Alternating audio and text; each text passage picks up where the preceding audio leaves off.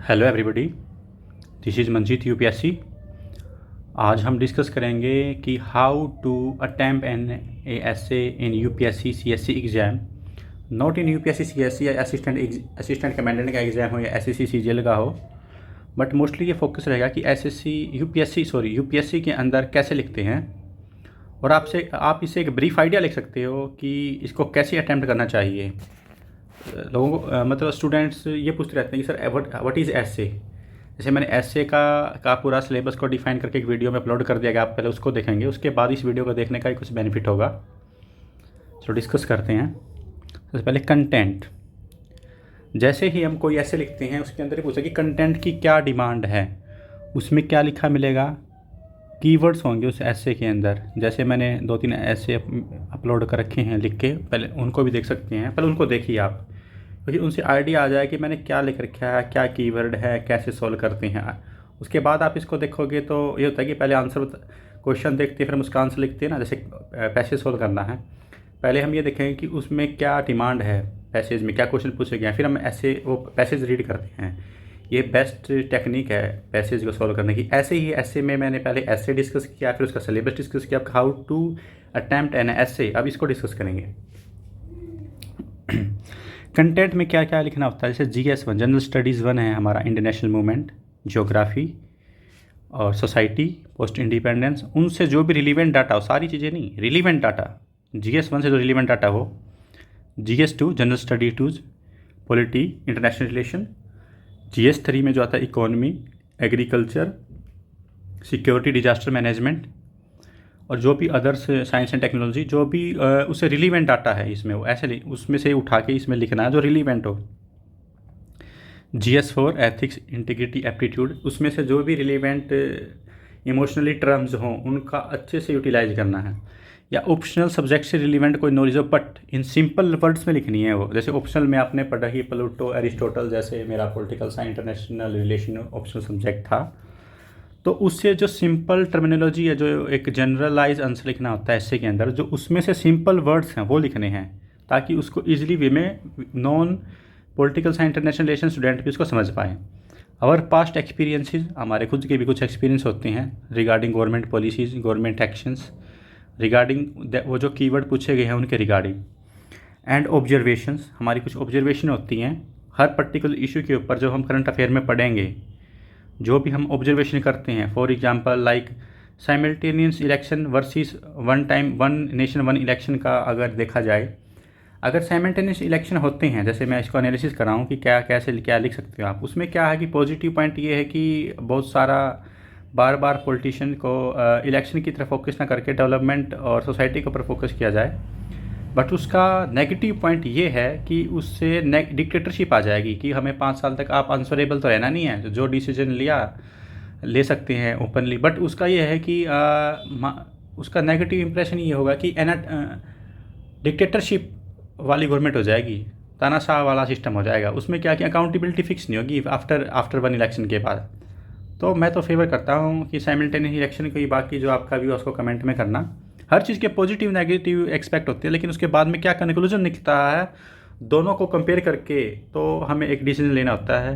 तो हमारे past experience और ऑब्जर्वेशन के हिसाब से हमें जो करंट अफेयर में हम जो आर्टिकल रिलेटेड, जैसे मैंने भी साइमल्टेनियस इलेक्शन के बारे में डिस्कस किया, करंट अफेयर का टॉपिक है, तो ऐसे ही हमें जो हम पढ़ते हैं GS 1, 2, 3, 4 ऑप्शनल सब्जेक्ट हो गया, करंट अफेयर्स हो गया, और हमारे पास्ट एक्सपीरियंसेस हो गए, ऑब्जर्वेशन हो गई, उनसे ही हमें ऐसे लिखना है। ऐसे के लिए कोई स्पेशल बुक की नीड नहीं है, ठीक है। Next is personality test. हाँ, ये एक पर्सनैलिटी टेस्ट है, ऑप्टिमिस्टिक होना चाहिए। पर्सनैलिटी टेस्ट का क्यों किया जाता है, देखो हमें GS1 में क्या कि जो क्वेश्चन पूछा हमें फैक्चुअल आंसर दे दिए, बट ये कैसे चेक किया जाए कि बंदा स्टूडेंट जो एस्पिरेंट है, जो उसको IAS IPS बनाएंगे, कि वो मतलब उसमें विजनरी पावर है या नहीं है, वो चीज़ों को 10-20 साल या 100 साल 50 साल के बाद विजन है या नहीं है उसका, और वो फ्यूचरिस्टिक है या नहीं है, उसके अंदर ऑनेस्टी है या नहीं है। क्योंकि जब हम ऐसे लिखते हैं ना, उसका वन फिट ऑल साइज़ वाला आंसर नहीं होता, उसके अप्रोच आंसर बोलते हैं कि उसको अटैम्प्ट करने के लिए हम ये अप्रोच यूज़ करते हैं।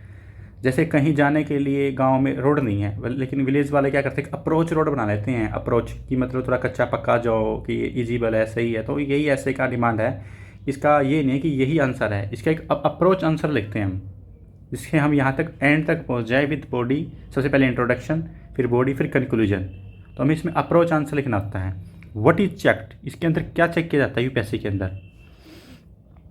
आपकी कम्प्रीहेंसिव स्किल है या नहीं है, आप चीज़ों को अच्छे से एनालिसिस कर पाते हैं नहीं कर पाते। जैसे आपके पास कोई इशू आ गया, उसको कम वर्ड्स में अच्छे से एक्सप्लेन करना आना चाहिए। जैसे हमारे पास दिन में पता नहीं as IAS IPS allied service में कैसे कैसे डिसीजन लेने पड़ते हैं, तो हमें उसको कम वर्डों में बहुत मतलब इतनी गहरी बात कह देनी चाहिए कि सामने वाला बंदा उससे सेटिस्फाइड हो जाए। समझ रहे हो कहने का मतलब क्या है? तो यही यूपीएससी के अंदर ऐसे का लिया जाता है कि हम उसको कम वर्ड में 1000 से 1200 तक इसको कैसे लिखा जाए कॉम्प्रिहेंसिव वे में, और क्रिटिकल एनालिसिस करें। क्रिटिकल एनालिसिस का मतलब क्या है कि जो पॉजिटिव नेगेटिव दोनों एस्पेक्ट्स जो होते हैं उनको एनालिसिस करेंगे और उनके बारे में एट द एंड एक ऑप्टिमिस्टिक कंक्लूजन लिखेंगे। और इसमें एजिमिलेशंस ऑफ आइडिया, जो हमारे आइडियाज़ हैं उनको इकट्ठा करके लिखेंगे। क्लैरिटी ऑफ एक्सप्रेशन भी होना चाहिए कि एक्सप्रेशन का मतलब क्या है, एक स्टेप के बाद नेक्स्ट स्टेप ये लेंगे, उसके बाद ये लिखेंगे, उसके बाद ये लिखेंगे। क्लैरिटी ऑफ एक्सप्रेशन होना चाहिए कि इसके बाद ये आएगा, इसके बाद ये आएगा। फॉर एग्जांपल जैसे हमने पहले एंशियंट से रिलेवेंट कुछ लिख दिया, उसके बाद फिर हमने मिडाइवल से रिलेटेड कुछ लिख दिया, कोई टॉपिक था, फिर मॉडर्न से रिलेवेंट हमने उससे कुछ लिख दिया, फिर पोस्ट इंडिपेंडेंस से रिलेवेंट कुछ लिख दिया, और फिर हम जो प्रेजेंट में जो इवेंट हो रही है उससे रिलेवेंट कर दिया। जैसे हम एंशियंट में देखिए अनटचेबिलिटी थी, जो शेड्यूल कास्ट के अभी भी फोकस कर रहे हैं, ये 3000 साल 5,000 पहले से भी वर्णा सिस्टम था, तो अभी भी प्रेजेंट में ये है। शहरों में तो नहीं है, गाँव में मोस्टली मैं अभी भी देखता हूँ तो है। तो ये क्यों है? तो हमें इन चीज़ों को एनालिसिस करना है। मिडाइवल का क्या, उसके पीछे क्या फोर्स रहा, मॉडर्न इंडिया में उसका क्या फोर्स रहा, पोस्ट इंडिपेंडेंस के बाद गवर्नमेंट ने क्या स्टेप्स लिए, और प्रेजेंट में क्या सिचुएशन है, तो और आगे हम क्या स्टेप्स लेंगे। यूपीएससी एग्ज़ाम एक ऐसा एग्ज़ाम है जो आपका फ्यूचरिस्टिक भी आपको वे फॉरवर्ड कंक्लूजन लिखना होता है। अदर किसी भी एग्ज़ाम में भी नहीं पूछा जाता है। ये एक अच्छी चीज़ है, ऐसे पूछना चाहिए। इससे हमारी एनालिटिक और थिंकिंग पावर बढ़ती है। और ये यूपीएससी नहीं, सभी हमारी क्वालिटी एजुकेशन के लिए हमें सभी कैरिकुलम में ये सिस्टम चालू कर देना चाहिए, तभी हमारा इंडिया एक सुपर पावर बनेगा। Next is use. इसमें अंदर यूज क्या करेंगे हम? जैसे फैक्ट्स हो गए, गवर्नमेंट का कोई डाटा है, रिलेवेंट इन्फॉर्मेशन है, कोई कमेटिक रिपोर्ट आई है, वो लिखेंगे। डेटा वो बता दिया मैंने कि कोई बॉडी है, जैसे वर्ल्ड इकोनॉमिक फोरम है, WHO का कोई डाटा है, वो डेटा लिखेंगे। फैक्ट्स जो है, जैसे इनफैक्ट मोटिलिटी रेट है, मेटल मोटिलिटी रेट है, जो उसमें फैक्ट्स दिया है। एग्जाम्पल्स देंगे हमारी पर्सनल लाइफ से, नेशनल लेवल से, इंटरनेशनल लेवल से, सोसाइटी लेवल से। क्योट्स लिखेंगे, क्योट्स इनरिचमेंट एक एडिशनल वैल्यू काम करता है। फिर एनेक्डोट लिखेंगे। एनेक्डोट होता है मतलब छोटी सी घटना का विवरण, मीन्स छोटी सी घटना को 7 से 8 लाइन में इसको रिप्रेजेंट करना कि ऐसे ऐसे हुआ था, उसके पीछे क्या रीज़न थे। पहले एनेक्डोट लिखेंगे, उसके बाद उसकी बॉडी में डिस्कस करेंगे सारी चीज़ें, फिर उसके कंक्लूजन लिखेंगे। एक ही अच्छी अप्रोच हो सकती है। आयरनिकली स्टेटमेंट होनी चाहिए कि मतलब सॉलिड एविडेंस होना चाहिए। स्मॉल पैराग्राफ होने चाहिए। ये सबसे बड़ा इंपॉर्टेंट चीज़ है, क्योंकि अगर बड़ा पैराग्राफ हम लिखेंगे तो लगेगा कि यार इसको कौन पढ़ेगा। अगर स्मॉल पैराग्राफ है, उसके अंदर कीवर्ड्स में दम है, मतलब अभी देख मैंने एक योजना मैगजीन में एक मैंने पढ़ा था कि monsoon is our real finance minister. Real finance minister, ये सही है, क्योंकि मानसून 4 मंथ में ही आता, 4 मंथ के ड्यूरेशन का होता है। उसके बाद जहाँ बारिश होती है वहाँ एग्रीकल्चर प्रोडक्टिविटी बढ़ती है, अगर कम आती है तो ड्रॉट हो जाता है, अगर ज़्यादा आती है तो फ्लड की सिचुएशन हो जाती है। तो ये एक अच्छी कैची लाइन है। तो हमें स्मॉल पैराग्राफ में लिखना है और ऐसे मतलब सिंपल लैंग्वेज में अच्छे वर्ड लिखने हैं, बट उन वर्ड्स में इतनी पावर हो जाने कि बंदे को लगे कि भाई कितना अच्छा मैसेज कन्वीन कर दिया है। द रिक्वायरमेंट क्या है गुड ऐसे की यूपीएससी के अंदर, ये देखेंगे हम। एक लीजिबल हैंड राइटिंग हो, क्योंकि आपके अंदर नॉलेज भी है, आपको ऐसे का भी पता है क्या लिखना है, मगर आपकी हैंड राइटिंग समझ में नहीं आ रही कि लिखा क्या है, उसका कोई मीनिंग नहीं है।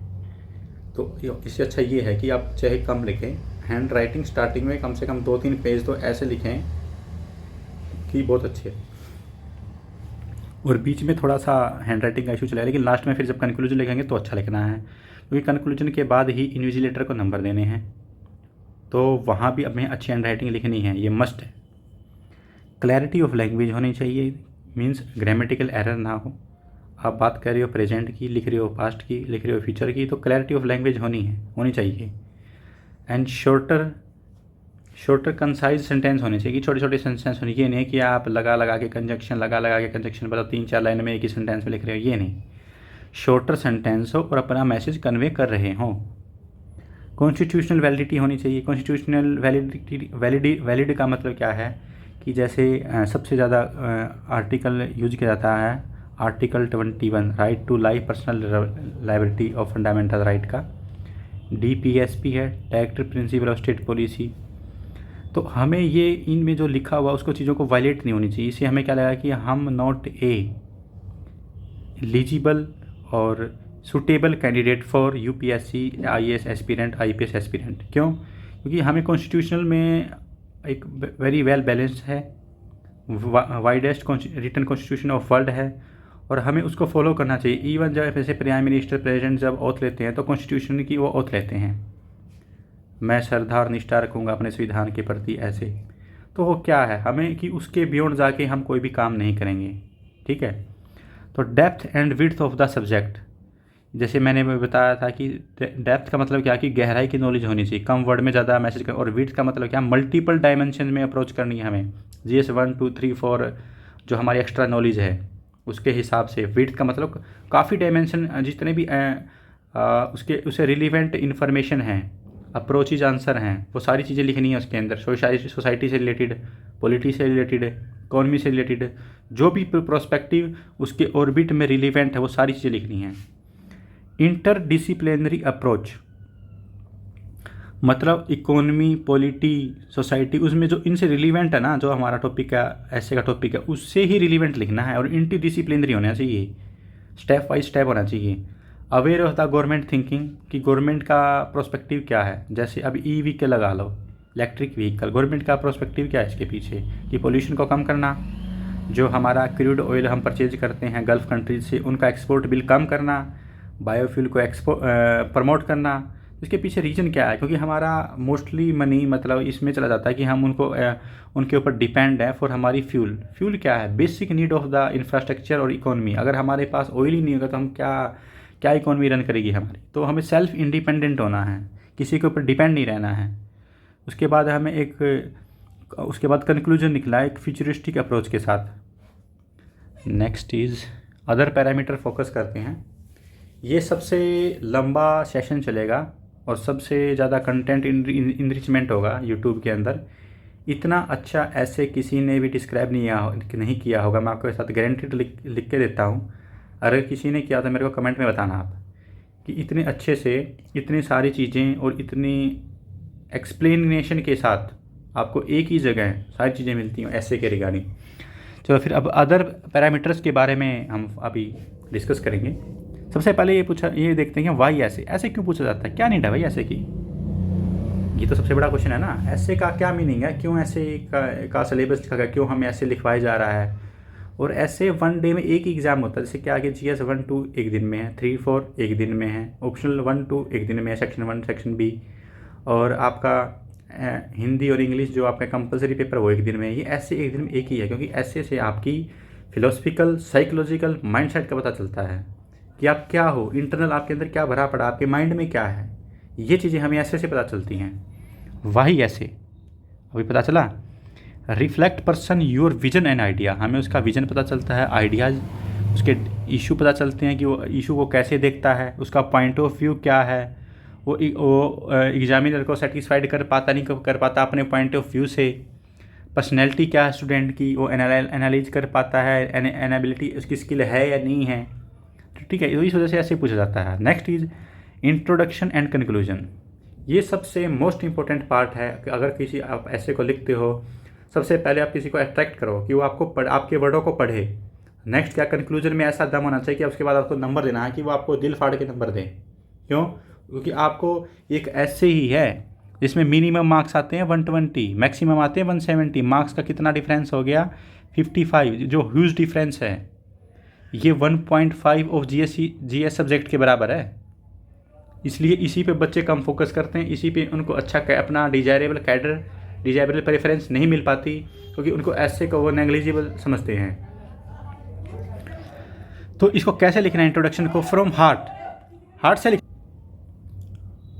Right from the heart, heart का मतलब दिल से लिखना है। उसके बारे में, उस टॉपिक को आपने फील किया, उस टॉपिक को आपने जिया, उसके बारे में सोचा हो। जब हम पढ़ते हैं यूपीएससी के सिलेबस में, तो हमें उस टॉपिक के बारे में काफ़ी कंसर्न रहे हों हमारे, और हमें एवरी कीवर्ड के बारे में पता हो कि इसका मतलब क्या है और हमें क्या लिखना है। उसके पास, उसके लिए हमारे पास डायग्राम है, एग्जाम्पल हैं, डेटा है, फैक्ट्स हैं, एवरीथिंग है हमारे पास। तो हमें पीछे क्या करना है, तो पीछे से एक पेज उठाएंगे, फ्लो चार्ट बनाएंगे, उसको स्टेप वाइज लिखेंगे, कौन सा पहले आएगा, 1 2 3 ऐसे लिख के स्टेप बाय स्टेज कि कौन सा पहले आएगा कौन सा बाद में आएगा, उस पर नंबर वाइज करके तो लिखेंगे।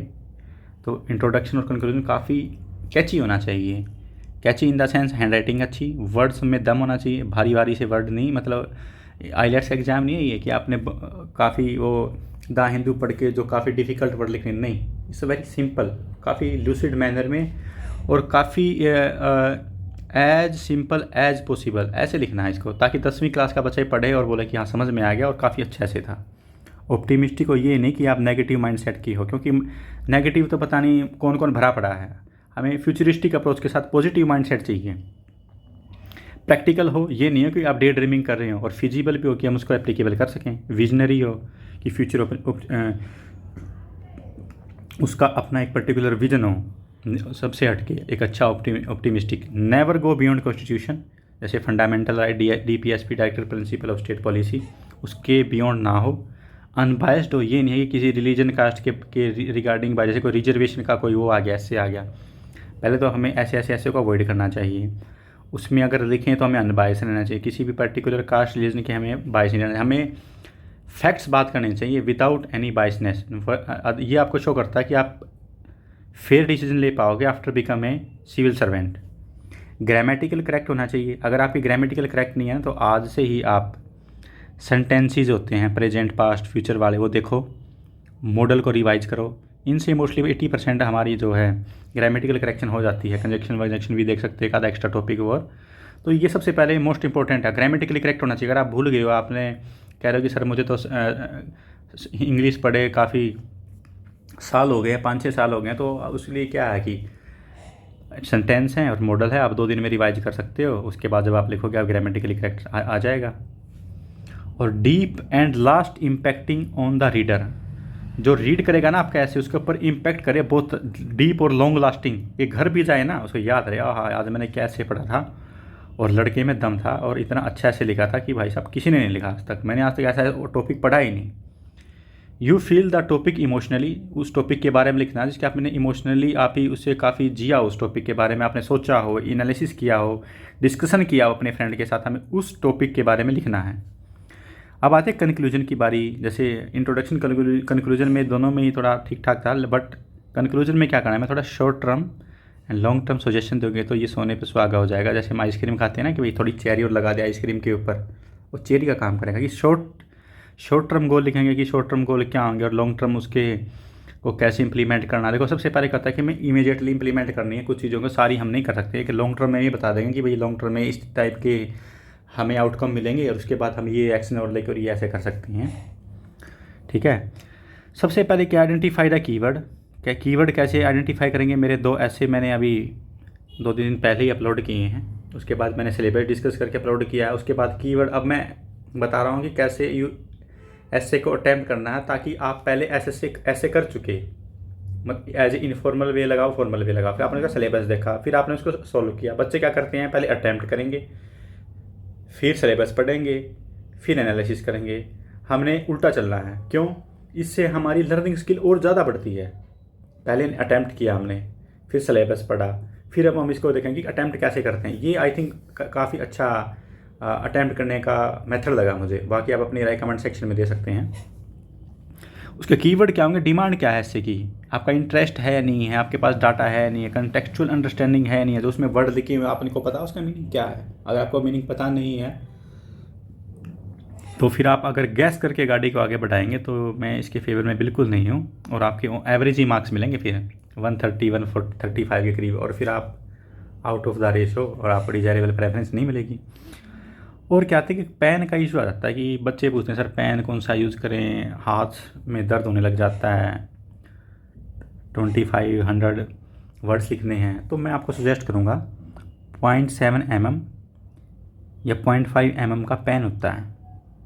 उसमें क्या है कि हो सके तो आप वो पायलट या जेल वाला पेन यूज़ करेंगे। उसमें क्या क्या बेनिफिट होता है, आपके हाथ नहीं दुखेंगे, आपकी स्पीड बढ़ेगी और आप नेक्स्ट दिन फिर आपको पेपर देना GS1-2 का, और ये आपके लिए सबसे बेस्ट रहेगा। और इसमें थोड़ी मोटी हैंड राइटिंग आएगी तो कम भरे भरे पेज दिएंगे तो भरे भरे नंबर भी मिलेंगे, और भरे भरे पेजों से भी नंबर नहीं मिलेंगे, उसमें कंटेंट में भी दम होना चाहिए, ठीक है। Next is first exam on first day और single exam in one day. मैंने ये पहले ही डिस्कस कर चुका हूँ आपसे कि एक ही दिन में एक ही पेपर होता है, क्योंकि आपके साइकोलॉजिकली और फिलोसफिकली आपका माइंड से चेक करता है कि आपके अंदर है क्या। ये सिंगल एग्ज़ाम है वन डे में। अवॉइड राइटिंग व्हाट्सअप लैंग्वेज आपको अवॉइड करनी है, जैसे एंड, ये ऐसे एंड लिखते हैं, ये दैट इज़ हो गया, ये एग्जाम्पल का ई क्यों लिख दिया, तो हमें ये एब्रीवेशन नहीं देनी है, इनसे हमें बचना है। इसके पीछे रीज़न क्या है कि देखो, जो हमारा टीचर चेक करेगा उसको हमें नहीं पता आपको साउथ इंडिया का, नॉर्थ इंडिया का है, नॉर्थ ईस्ट इंडिया का है या वेस्टर्न इंडिया का है, वहाँ इस टाइप की लैंग्वेज यूज़ करते हैं या नहीं करते हैं, वहाँ एब्रीवेशन क्या लिखते हैं। जैसे हम गवर्नमेंट का मोस्टली GOVT लिख देते हैं, वहाँ हमें ये नहीं करना, हमें पूरा गवर्नमेंट लिखना है वहाँ, ठीक है, ये गलत है। गवर्नमेंट लिखना पूरा GOVERNMENT ऐसे लिखना पूरा, ठीक है। यूज़ डिसेंट वर्ड लिखने हैं, हमें ये नहीं है कि हमने ऐसी भड़काऊ वर्ड कभी भी लिखने हैं। जैसे मैंने एक एग्जांपल देके समझाता हूँ आपको। जैसे कोई फिजिकली चैलेंज्ड है, देखो ठीक है, हमारे प्रधानमंत्री भी उनको दिव्यांग बोलते हैं, या फिर डिफरेंटली एबल लिख सकते हैं हम, ये काफ़ी अच्छा वर्ड है उनके लिए, उनको सम्मान देने के लिए भी, क्योंकि हम सब एक जैसे तो नहीं है, हम हमारे सब के अंदर एक डिफरेंट काइंड की एबिलिटी होती है, तो हम उसको क्या बोलेंगे, डिफरेंटली एबल्ड। जैसे हम हिजरा नहीं लिखेंगे, ये लोकल वर्ड होता है, काफ़ी भद्दा लगता है, ऐसे नहीं। UPSC में लिखेंगे ट्रांसजेंडर, ठीक है, ये काफ़ी आपको ये शो करता है कि आप दूसरी पर्सन के रिगार्डिंग भी काफ़ी एम्पैथेटिक हो, सिंपैथेटिक हो, तो ये चीज़ें आपकी शो करती हैं आपके वर्ड्स के अंदर, ठीक है। अभी नेक्स्ट अदर्स पैरामीटर के बारे में डिस्कस करते हैं। जैसे टाइम मैनेजमेंट कैसे करें। सबसे पहले होता है कि सर 2 ऐसे लिखने हैं, किसको ज़्यादा टाइम दें, किसको कम दें। आजकल UPSC में टू टाइप्स के ऐसे आते हैं। एक तो होता है फिलोसफिकल, कि आपकी विजनरी पावर कैसी, एक तो टेक्निकल की है, वो आप फैक्ट से डाटा से कर सकते हो, जैसे एग्रीकल्चर से रिलेटेड है, इकोनॉमी से या पॉलिटी से, या कोई सोसाइटी का कोई ऐसे आ गया, तो उसमें तो आपका फैक्ट्स वगैरह चल जाएगा। लेकिन जो फिलोसफिकल है उसको कैसे अटैम्प्ट करें, अभी डिस्कस करते हैं इसको। सबसे पहले टाइम मैनेजमेंट। टाइम मैनेजमेंट क्या होता है कि how fast you can think, आप कितना जल्दी सोच सकते हो और राइट करते हो। 1200 वर्ड लिखने हैं हमें पर ऐसे। Some time less is more. कभी कभी क्या होता है कि आपने कम लिखा है बट आपने सारा मैसेज कन्वे कर दिया है, और इन्विजिलेटर को ये लगा, देखो इसने कम लिखा बट इतना अच्छा लगा कि बहुत बढ़िया, मज़ा आ गया पढ़ के, तो मिलेंगे आपके छप्पर फाड़ के नंबर। वरना आपने भर दी 10 सीट, उसमें है नहीं कुछ भी, तब भी आपको बिल्कुल लो नंबर मिलेंगे। अगर कम टाइम है और आपके पास उसको कम टाइम बच जाता है लास्ट में, तो हमें सिर्फ और सिर्फ कंटेंट पे फोकस करना है और क्वालिटी पे, रादर देन वो मतलब fill up the data. Fill data पे नहीं करना कि जस्ट फैक्ट लिख दो, जो कुछ आता है वो लिख दो, रिलीवेंट है नहीं, तब आपको मार्क्स नहीं मिलेंगे। सबसे पहले आपने क्या करना है कि कीवर्ड ड्रा कर लिए। जैसे मेरे आपने पहले ऐसे देख लिए होंगे 2, उसमें मैंने कीवर्ड क्या करता हूँ, मैं कीवर्ड को ऐसे सर्कल कर देता हूँ। जैसे कीवर्ड है कोई, उसको ऐसे सर्कल कर लिया, तो उसके बारे में जो कीवर्ड है उसे हम 20 मिनट्स क्या करना है, हमें ब्रेनस्टॉर्मिंग करना है, लिखना है। लास्ट पेज एक ले लो आप, उसमें लास्ट के एक पेज पे करना है कि एक साइड लिखना है एक ऐसे के बारे में, सेकंड साइड दूसरी साइड लिखना है दूसरे ऐसे के बारे में, डिटेल कि आपके मन में क्या क्या आ रहा है उस ऐसे से रिलीवेंट। तो जो उस ऐसे से रिलीवेंट आपके थॉट प्रोसेस आ रहे हैं विदिन 20 मिनट्स, उनको लिखो, उनको अरेंज करो कि फर्स्ट कौन सा लिखूंगा मैं, सेकंड कौन सा लिखूंगा, फिर मैंने कंक्लूजन में ये लिखना है, बॉडी में ये लिखूंगा। तो उसको अरेंज करो कि मैं मेरे आइडिया को कैसे कन्वीन करूंगा ताकि आपका एक फ्लो बने। और उसको आपको कितने मिनट्स में लिखना है, 1 आवर 50 मिनट्स, ये 5 नहीं है, 50 मिनट, 1 आवर और 20 मिनट्स में लिखना है। ये 50 नहीं, 3 घंटे का टाइम मिलता है भैया, 1.5 घंटे में 20 मिनट में आपने ब्रेनस्टॉर्मिंग कर ली, उसके बारे में आपने 1 आवर और 5 मिनट्स में लिखना है। सही है ये मैंने गलत किया, इसको इरेज कहाँ से करेंगे, रुको। हमें 1 मिनट 1 आवर और 5 सेकंड के अंदर उसको लिखना है, जो बाकी का टाइम बच गया उसमें, ठीक है। For decoration, like underlining and heading highlight properly. ठीक है, तो इसमें से जैसे हमें डिवाइड कर लिया कि 3 आर मिलेंगे, उसमें क्या करना है कि 1.5 आर बच गया 1 मिनट या 1 आर 30 मिनट्स बढ़ गई 1 ऐसे के लिए, 1 आर 30 मिनट्स बढ़ के सेकंड ऐसे के लिए। उसमें क्या करना है कि जो 130 है उसमें 20 मिनट हमने कर लिया ब्रेनस्टॉर्मिंग, ठीक है, और 1 आर में हमने वो लिख लिया, और जो 10 मिनट में 10 या 5 मिनट जो बचेगा प्लस माइनस कर लो, उसमें 5 मिनट में हमें क्या करना है कि जो कीवर्ड अंडरलाइन को अंडरलाइन करना है, जो हमारी हेडिंग सब हेडिंग है उसको भी काफ़ी अंडरलाइन करना है, काफ़ी अच्छे से प्रेजेंट करना है, ताकि इन्विजिलेटर को ये दिख पाए कि हमारी ये हेडिंग है, यहाँ से ये कीवर्ड हैं, और काफ़ी अट्रैक्टिव मैनर में उसको सजाना है लास्ट के 5 मिनट में। ठीक है, तो practice makes a man perfect at least 1 ऐसे इन 15 डेज। जो प्रैक्टिस है आदमी को परफेक्ट बनाती है, तो हमें क्या करना है कि practice makes a man perfect, तो हमें तो practice makes a man perfect at least 1 ऐसे इन 15 डेज। हमें क्या करना है कि महीने के अंदर एटलीस्ट कम से कम 2 ऐसे लिखने हैं। जब हमारा पढ़ने का मन ना हो और हमारा मन कहे कि चलो यार कुछ लिखते हैं, या फिर खाली बैठे आज पढ़ने का मन है, तो उस टाइम क्या करना है कि प्रैक्टिस करना है, ताकि आपको ये पता चले कि हमें कितना याद है और हम ऐसे में कितना लिख सकते हैं, और कितना हमें कंटेंट इनरिचमेंट की ज़रूरत है, और कैसे हमें स्ट्रेस हैंडल करना है, और कैसे ऐसे को लिखते हैं। तो 1 मंथ में 2 ऐसे लिखें। और last page use as a rough page बता दिया था मैंने, all flow charts and draw relevant data multiple dimension, कि लास्ट पेज पे फ्लो चार्ट बनाने हैं, उससे रिलीवेंट इन्फॉर्मेशन डाल के उसमें हमें देखना कि कौन सी डायमेंशन पहले ही कौन सी बाद में लिखनी है, ताकि इंटरलिंकेज बने और एक फ्लो बने। देखो मिनिमम मार्क्स आते हैं 120, मैक्सिमम आते हैं 175, कितना डिफरेंस हो गया, 50 मार्क्स का डिफरेंस हो गया।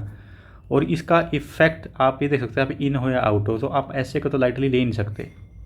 अगर आपका लगा लो जीएस इतना अच्छा नहीं गया तो वेरिएशन रहता है 80 to 90, आपका 10 नंबर का वेरिएशन रहा, यहाँ कितना 50 मार्क्स का, तो आपका होल जीएस 1 2 3 एक साइड है, और एसए के मार्क्स एक साइड है, एसए और एथिक्स। इसके एसए और एथिक्स के बिना तो आप भूल जाओ कि आपका सिलेक्शन होगा, या फिर आपको डिजायरेबल पोस्ट मिलेगा, डिजायरेबल कैडर मिलेगा। कई बच्चे कमेंट में ये लिख रखेंगे सर ये कैडर क्या होता है। कैडर का मतलब होता है कि हमारी पोस्ट, हमारा स्टेट कौन सा मिलेगा, जैसे नॉर्थ ईस्ट मिलेगा या फिर हरियाणा मिलेगा, यूपी मिलेगा, क्या मैं इसको कैडर बोलते हैं। पोस्ट प्रेफरेंस मीन्स हम आईएएस लगेंगे, आईपीएस मिलेंगे, जी हम डेफ 2 भरेंगे, तब ये चीज़ें मेंशन करनी होती हैं। वो हमारे सिर्फ रैंक और रैंक पर डिपेंड होता है, रैंक कहाँ से आएगा, नंबरों से आएगा। तो एथिक्स और ऐसे जिसने लाइटली लिया तो वो भैया गया। ठीक है, नेक्स्ट मैं आपको एक अच्छा सा एग्जांपल देता हूँ। मेरी जर्नी के टाइम मैंने इसको ऑब्जर्व किया था। आपने चेस खेली है, उसमें होता है कंटेंट, किंग और क्वीन होते हैं। तो किंग से होता है कि सारा खेल खेला जाता है, और क्वीन के पास होती है मोर पावर। क्वीन जा सकती है हॉरिजॉन्टली, वर्टिकली, डायगनली, तो किंग सबसे ज़्यादा मूव कर सकती है। और किंग क्या करता है कि ये ऐसे सिर्फ 4 बॉक्स में ही घूम सकता है। तो किंग में लाइफ है चेस की, और क्वीन में पावर है। तो इसको हाँ अगर हम यूपीएससी से रिलेवेंट करें तो कंटेंट इज किंग। कंटेंट के बिना तो हम जी नहीं सकते हैं, खेल ही नहीं सकते हैं। अगर आपके पास नॉलेज नहीं तो कैसे प्ले करते हैं। प्रेजेंटेशन क्वीन है। अगर आपका थोड़ा कंटेंट में थोड़ी क्वालिटी थोड़ी सी लो और प्रेजेंटेशन आपकी ज़बरदस्त है, तो आप कंटेंट के तो थोड़े एक दरकिनार कर दिया जाता है, और आपके जो प्रेजेंटेशन के नंबर मिलते हैं ना वो 175 मिलेंगे आपको। कंटेंट में लगा लो कि आपको थोड़ा बहुत चलो याद नहीं आया, लिख नहीं पाए अच्छे से, आपकी प्रेजेंटेशन अच्छी है, हैंड राइटिंग अच्छी है, डायग्राम बना रखे हैं, डेटा अच्छा है, प्रेजेंट अच्छे से अंडरलाइन है, तो आपको 150 प्लस मार्क्स से कोई नहीं रोक सकता इन ऐसे, और आपका लिस्ट में नाम है। ये मैं आपको लिख के दे सकता हूँ। तो in UPSC if you do relevant in UPSC game, तो content is king and presentation is queen. कैसा लगा आपको ये मेरा एनालिसिस, कमेंट सेक्शन में लिखना। अदर इन्फॉर्मेशन डिस्कस करते हैं कि और क्या क्या चीज़ें देखनी हैं। मैं आपको पहले दावे से कह सकता हूँ कि जो चीज़ें मैंने यहाँ लिखी हैं किसी भी यूट्यूब चैनल पे उठा के देखिएगा, ऐसी इन्फॉर्मेशन आपको कहीं नहीं मिलेंगी। क्योंकि ये मैंने जब यूपीएससी की प्रिपरेशन करता था 5 साल का एनालिसिस है, और मैं कम से कम 50 प्लस ऐसे लिख चुका हूँ। उसके बाद 50 प्लस ऐसे लिख चुका हूँ। उसके बाद मैंने फिर इसके जो नोट्स बनाए हैं, सिनॉप्सिस बनाए हैं, उसके बाद फिर मैंने ये आपके सामने प्रेजेंट कर रहा हूँ, तो इसलिए कि लाइक ठोक दो और सब्सक्राइब कर दो। अब कोई मेरे स्टूडेंट पूछते हैं कि सर बुक्स बता दो एक एमएससी की। इसके भाई साहब इसकी कोई बुक नहीं है, no need of separate book. पूछो सर ऐसा क्यों होता सर, बिना बुक्स क्या पढ़ेंगे? अभी बताते हैं आपको। जो आपको करंट अफेयर पढ़ते हो ना, बस उसको एनालिसिस करना है। जो जीएस के सब्जेक्ट है, जीएस 1 2 3 4, और आप जो डेली लाइफ में एनालिसिस करते हैं, बस वो मोर देन सफिशिएंट है। और उसमें जो आप डेली करंट अफेयर एनालिसिस करेंगे, उसमें क्या होता है कि आपकी गुड थिंकिंग होनी चाहिए। उसकी रिलीवेंट आर्टिकल्स को आपको एनालिसिस करना अच्छे से आना चाहिए, एनालिसिस करना आना चाहिए। डेली जो लाइफ में हमारे टॉपिक हैं, सिलेबस हैं, उसको अगर आपने उसमें महारत हासिल कर ली तो आपका ऐसे यूँ निकलेगा। बस प्रेजेंटेशन पे फोकस करना, कंटेंट आपके पास होगा और निकल जाएगा। अगर आपको फिर भी चाहिए कि सर नहीं एक दो हमें बुक बताओ, तो ये कहूँगा भैया 1-2 वीडियो मैंने पहले डाल रखी हैं, उसमें ऐसे मेंशन कर रखा है, ऐसे का नेम, उसको एनालिसिस कर रखा है, उसको देख लो, उससे काम बन जाएगा। और फिर मैं एक नेक्स्ट वीडियो और बनाऊँगा, उसके रिगार्डिंग फिर एक देख लेना कि और फिर क्या करना चाहिए अगर आपको ज़्यादा ही ज़रूरत है तो। अदर सजेशन और बताते हैं जो रिलीवेंट है ऐसे से। सबसे पहले क्या है कि choose the topic is a big task. जैसे आपने 1 सेक्शन में 4 या 5 जो ऐसे आगे हैं, उनमें से आपने एक सेलेक्ट करना है।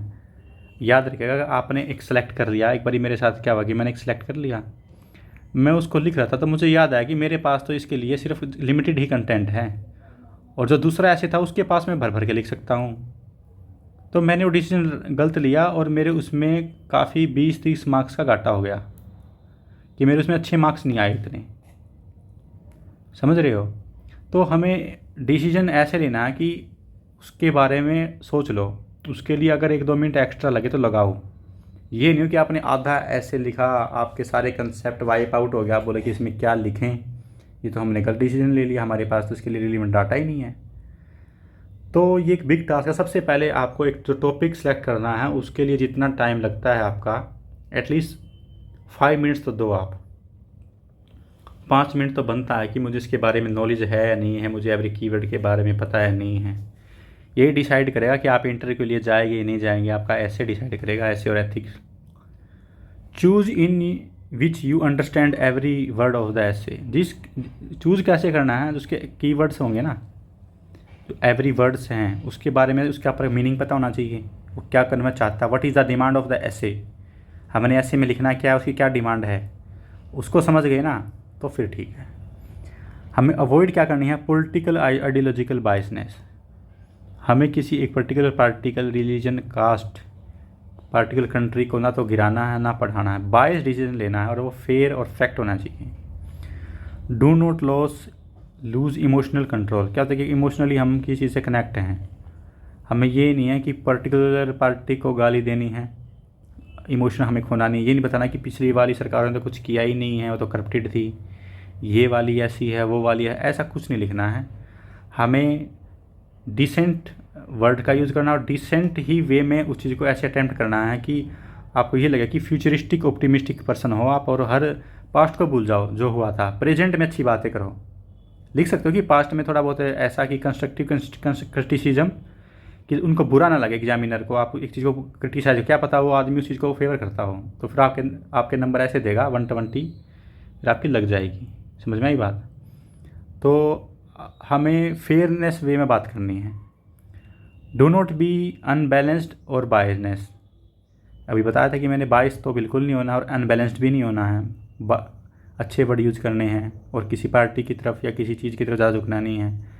सिंप्लीफाई वर्ड्स, जैसे हमने डेली वर्ड्स जो यूज़ करने हैं ना, वर्ड्स की वर्ड्स हो गए, या फिर हम जो लिखते हैं लैंग्वेज, वो हमें क्या करना है कि सिंपल लिखनी है, एज सिंपल एज पॉसिबल। क्योंकि ना तो यहाँ पे इंग्लिश चेक हो रही, क्योंकि आपको यहाँ कोई वो होता है ना, ये कॉल उठाते हैं, क्या बोलते हैं उनको, हाँ, customer care educative. Customer care educative के लिए आपको हायर नहीं कर ले कि आपको इंग्लिश चेक की जाएगी। ना तो ये आइलेट्स का एग्ज़ाम है कि आपको कहीं फ़ॉरेन भेज रहे हैं, ना ये कैट का एग्ज़ाम है कि आपकी कैट कैसे लिखना है कि आपकी वोकैबुलरी में स्ट्रॉन्ग होनी चाहिए। तो ये एज सिंपल एज वर्ड लिखने हैं इसमें। Avoid the irrelevant content and references. जो इरिलीवेंट कंटेंट है, आपको पता है कि भाई ये तो इसमें आएगा ही नहीं, उसको तो बिल्कुल नहीं लिखना। ये कि आपका यूनिवर्सिटी का एग्ज़ाम नहीं है या कॉलेज का एग्ज़ाम नहीं है कि आपको पास कर दिया जाएगा, उससे काम चलने वाला है नहीं। तो वो बिल्कुल भी लिखना ना, उसको रेफरेंस देना है। Avoid thinking out of the content, keyword जो है उसमें आपने लिख दिया कि ये ऑर्बिट है सन, और मैंने उसका एग्जांपल दिया था आपको अर्थ का। ये नहीं है आपको पूछा गया है सन के बारे में और थोड़ा है और अर्थ के बारे में रिलेशन बताना, आप बता रहे हो मार्स के बारे में, सैटर्न के बारे में, फिर आप बता रहे हो मिल्की वे गैलेक्सी के बारे में। लिखना सिर्फ अर्थ के बारे में, से हाइड्रोजन हीलियम से बनाए हैं, इससे हमें सोलर एनर्जी मिलती है, अर्थ क्या है, इससे इतनी दूर है, इतनी डिस्टेंस, उससे रिलीवेंट लिखना। समझ रहे हो इसका मतलब क्या है? मैं एक मैसेज कन्वे ये करना चाह रहा हूँ कि उससे रिलीवेंट लिखना है, आउट ऑफ द बॉक्स नहीं लिखना है। Cover positive negative aspect in technical ऐसे, जो एक ऐसे है जैसे कोई भी मैंने इशू बताया था, जैसे वन टाइम वन इलेक्शन है या साइमल्टेनियस इलेक्शन है, उसका एक पॉजिटिव मैसेज भी होगा कि ठीक है, उसका नेगेटिव एस्पेक्ट भी है, दोनों इक्वली इंपॉर्टेंट देना है, या जिसकी तरफ भी ज़्यादा पॉइंट है उसकी तरफ ज़्यादा लिखो। एक अनबाइज्ड और अच्छा सा एग्जांपल देना है लास्ट में कंक्लूजन, और फ्यूचरिस्टिक और पॉजिटिव होना चाहिए। Not a method to solve it, not a single method. Single का मतलब ये कि नहीं है कि ऐसे आपको कैसे अटैम्प्ट करना है। Not like one fit all size policy, कैसे लिख सकते हैं जैसे past, present, future, ancient India, medieval India, modern India, past after post independence, अब प्रेजेंट में और फ्यूचर में क्या होगा, ऐसे लिख सकते हैं। आप ऐसे लिख सकते हो कि मतलब इसके लिए ज्योग्राफिकल फैक्टर ये हैं, सोशल फैक्टर ये हैं, इकोनॉमिकल फैक्टर ये हैं, और ये अदर फैक्टर को मेंशन करके भी लिख सकते हो। ये नहीं है कि आपको एक ही चीज़ लिखना है कि हर बारी कोई भी ऐसे लिखो तो भाई मैं तो इससे एक ही अप्रोच से सॉल्व करूँगा, पास्ट प्रेजेंट फ्यूचर से, ऐसे नहीं काम चलेगा। हर चीज़ के लिए लिखो उसकी डिमांड क्या है, आप उसको कैसे एक फ्लो लैंग्वेज में लिख सकते हो, तो आपको उसी में लिखना है। अरेंज होनी चाहिए आइडिया, लाइक फ्लो चार्ट में आप लास्ट पेज पे लिख लो और उसको स्ट्रक्चर बना के उसमें लिख दो कि ये पहले डालूंगा, ये सेकंड डालूंगा, थर्ड डालूंगा, फोर्थ डालूंगा, तो इसमें हिसाब से आपका फ्लो चार्ट होना चाहिए, पीछे तैयार हो जाना चाहिए लास्ट पेज पर। सेल्फ एक्सप्लेनेटरी ऑफ पैराग्राफ होना चाहिए, जो पैराग्राफ आपने लिखा है उसमें पॉजिटिव नेगेटिव बातें वहीं उसको ख़त्म करो। सेल्फ एक्सप्लेनेटरी होना चाहिए, नहीं कि कोई कीवर्ड डाल दी कि भैया जो इन्विजिलेटर है वो गूगल करके चेक कर लेगा इसका मतलब क्या है। जैसे प्रधानमंत्री उज्ज्वल योजना, UI उज्ज्वल लगा लो या उजाला योजना लगा लो, उसमें ये नहीं कि PMUY लिख दिया आपने, इससे तो पता नहीं क्या क्या डेरिवेट होता है। इसकी फुल फॉर्म लिखनी है आपने, प्रधानमंत्री उजाला योजना, प्रधानमंत्री उज्ज्वल योजना, ठीक है। तो ऐसे पूरा लिखना है। और depth and width of topic को हमें डिस्कस करना है। ये मैंने बताया था कि जो उसकी गहराई है और उसकी विड्थ है, अदर डायमेंशन है। विड्थ का मतलब होता है कि हमें डायमेंशन करनी है, मोर फोकस करनी है। GS 1 2 3 4 में जो मैंने जो डायमेंशन बनती है ना, या करंट अफेयर से रिलेवेंट जो डायमेंशन बनती है वो फोकस करनी है। वो क्या होगी, डायमेंशन, वो विड्थ होगी उसकी, कि हमने मल्टीपल डायमेंशन अप्रोच कर ली है। डेप्थ का मतलब क्या होता है कि हमने उसको डिटेल में एनालिसिस किया, हमें उसके डेप्थ नॉलेज है हर एस्पेक्ट की, वो होगा डेप्थ। तो डेप्थ एंड विड्थ पे फोकस करना है। नेक्स्ट इज, मैंने इसमें ये बनाया था कि 10 टूल्स बनाते हैं, तो फ्रेम वर्किंग एंड ऐसे 10 टूल्स देखो आप। अभी सबसे पहले हम क्या टाइटल देंगे उसको, या क्योर्ड्स लिखेंगे, मैंडेटरी नहीं है क्योर्ड्स, लेकिन बट आंसर इनरिचमेंट के लिए ज़रूरी है, उससे आपका आंसर इनरिच होगा, आपको एक्स्ट्रा नंबर मिलेंगे। ब्रेकिंग आइडियाज़, जैसे कोई कीवर्ड है उसको ब्रेकिंग करो आइडियाज़ को, ये 60% 40% लिखना है, 50-50 लिखना है जो कीवर्ड्स है, तो ब्रेक करो आइडिया को, उस क्या मीनिंग बनते हैं। फिर पैराग्राफ देखो, पैराग्राफ संभाल, छोटे छोटे पैराग्राफ होने चाहिए, ये नहीं कि काफ़ी बड़ा पैराग्राफ उसको पढ़ने में प्रॉब्लम होती है, इतना लंबे लंबे पैराग्राफ पढ़ने में मज़ा नहीं आता। ये होता है कि थोड़ा पढ़ो, उसको सिंथेसाइज करके वहीं लिख दो और उसको पढ़ने में मज़ा आए। एनालिसिस करो विद एग्जाम्पल, लॉजिकल और फैक्चुअल, उसके फैक्ट्स डायग्राम, फैक्ट्स डालो, किसी की रिपोर्ट डालो, एग्जाम्पल डालो प्रैक्टिकल, उसके पीछे लॉजिक क्या था, सोशल इकोनॉमिकल पॉलिटिकल क्या फैक्टर है। सोशल इकोनॉमिकल पॉलिटिकल ये हर जगह रहते हैं फैक्टर, कोई भी इवेंट होती है, सोशली के क्यों हैं, पॉलिटिकली क्यों हैं, इकोनॉमिकली क्यों हैं, ये 3 चीज़ें आप आंख बंद करके लिख सकते हो एनालिसिस करते हुए। मैं लिख देता हूँ सोशली, इकोनॉमिकली, पॉलिटिकली, ये तो बनेंगे ही बनेंगे ये पॉइंट। उसके बाद फिर आपने एग्जामिन करना है, पॉजिटिव नेगेटिव एस्पेक्ट जो हैं वो हमने लिखने हैं। उसके बाद हमने डायमेंशन की लेयर बनानी है, लाइक जैसे लेयर कैसे बनाएंगे सर, ये पूछते हैं। जैसे एंशिएंट लिख दिया, उसके बाद मिडाइवल इंडिया में क्या हुआ, फिर मॉडर्न इंडिया में क्या हुआ, फिर पोस्ट इंडिपेंडेंस क्या अमेंडमेंट आए, अब प्रेजेंट में क्या चल रहा है, फ्यूचर में क्या हो सकता है और क्या हम करेंगे, ये भी लिखना है। उसके बाद है फ्यूजन्स, मतलब जो हमारे पास डाटा है उसको सिंथेसाइज करके, कंसाइज करके उसमें डाल दो, ऑल रिलीवेंट इन्फॉर्मेशन, ठीक है। फिर नेक्स्ट है स्किप इन्फॉर्मेशन, ये भी एक बड़ा फैक्टर है। जैसे आपको एक कुछ याद आ गया, आपने लगा कि मैंने ये लिख तो लिया है, लास्ट पेज पे फ्लो चार्ट बनाया था, बट ये रिलीवेंट नहीं है या फिर इतना अच्छा इंप्रेशन नहीं डालेगा, तो आपको उसको स्किप भी करना आना। जैसे हम प्रीलिम्स अटैम्प्ट करते हैं, क्या रहता है कि हमें स्किप भी करना आना चाहिए क्वेश्चन को, कि हमें ये नहीं आता, मुझे ये छोड़ देना। क्यों? क्योंकि नेगेटिव में मार्क्स नहीं जाए और हम आउट ऑफ द रेस ना हो। तो स्किप करना भी एक आर्ट है। हमें किसी अपने ईगो पे नहीं लेना चाहिए कि भाई मैं इसको स्किप नहीं करूँगा तो मैं ये मेरी सेल्फ रिस्पेक्ट हर्ट हो गई। ऐसा बिल्कुल नहीं है। आप स्किप करोगे, वो रिलीवेंट नहीं है तो आपको एक एज ही देगा as compare to other student. ठीक है, फिर हमने उसको ऑर्डरिंग करना। जैसे लास्ट में लिख दिया, मैंने बताया था लास्ट पेज पे लिखना है, फ्लो चार्ट्स बनाना, फिर उसको ऑर्डर देना। नंबर 1 पे ये लिखूँगा, सेकंड पैराग्राफ पे ये लिखूँगा, थर्ड पैराग्राफ पे ये लिखूँगा, कंक्लूजन में ये लिखूँगा। तो मैं क्या ऑर्डरिंग बनाना है वहीं लिख के। आप दूसरा पेन के साथ भी वो ऑर्डरिंग लिख सकते हो ताकि आपको क्लियरली विजिबल हो। जैसे अगर आपने वहाँ लास्ट पेज पे लिखा है ब्लू पेन से, आप ब्लैक पेन से लिख सकते हो ऑर्डरिंग ऐसे 1 2 3 4 5 6 7। तो ऐसे ऑर्डरिंग करना, फिर उसको लिखना। फिर लिंकर होना चाहिए। लिंकर का मतलब क्या है? ये देखो, एक ऐसे ही मैं स्क्रीन पे देखो, ये लिंकर का मतलब क्या है? ये एक ऐसे का ऐसे है। जो ये हमने पैराग्राफ लिखा है, इसकी लास्ट लाइन और इसकी फर्स्ट लाइन के बीच में कनेक्शन होना ज़रूरी है। जैसे हमने सोशल इशू कर दिया, ख़त्म कर दिया, हमने लिखना है कि सोशली रीजन नहीं है इसके लिए इकोनॉमिकली रीजन भी आल्सो रिस्पॉन्सिबल। फिर नेक्स्ट पैराग्राफ से स्टार्ट कर देंगे, इकोनॉमिक रिस्पॉन्सिबल आर मतलब बला बला बला कि इकोनॉमिक रीजन ये है। फिर हम लिखेंगे इकोनॉमिकली रीजन ही नहीं, इसके लिए पॉलिटिकल रीजन भी है। तो नेक्स्ट जैसे पॉलिटिकल रीजन यहाँ से स्टार्ट करेंगे तो political reason are like that. तो हमने ऐसे ही क्या कनेक्टर का काम करेगा। तो ये कनेक्ट होने चाहिए पैराग्राफ एक दूसरे से ऐसे।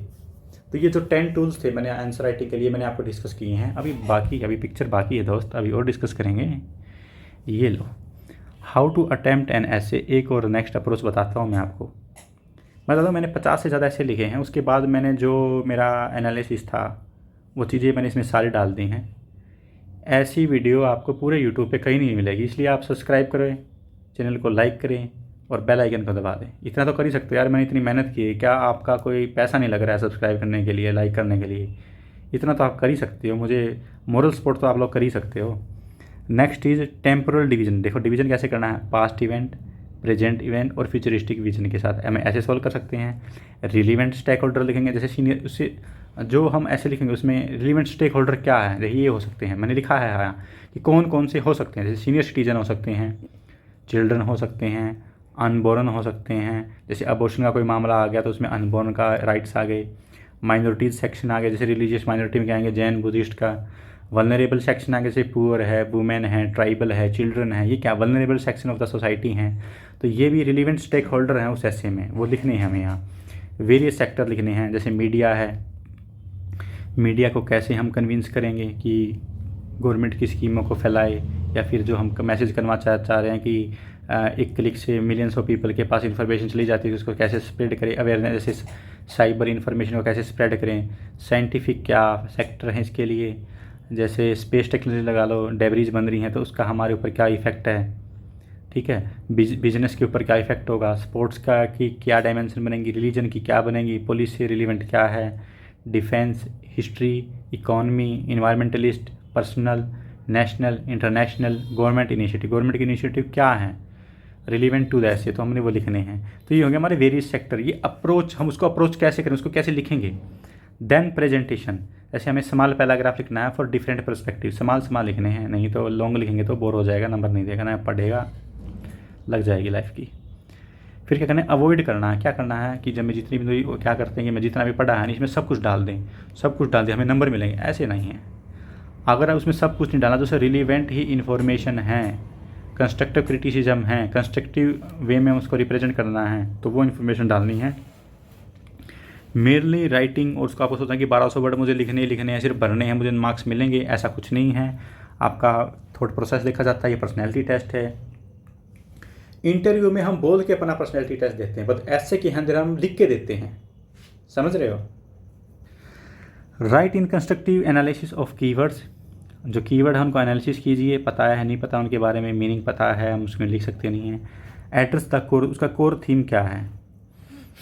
कीवर्ड तो लगा लो उसमें 5 से 6 मिल गए या 2 से 3 मिल गए, उसके बाद हमें ये भी तो देखना है ना उसका कोर थीम क्या है, what is the demand of the essay, उसमें आपको क्या लिखना है at the end, introduction, body, आपको क्या है कोर थिंग समझ में आ रही है नहीं आ रही है तो उसके बारे में ही लिखना है ओनली, ठीक है।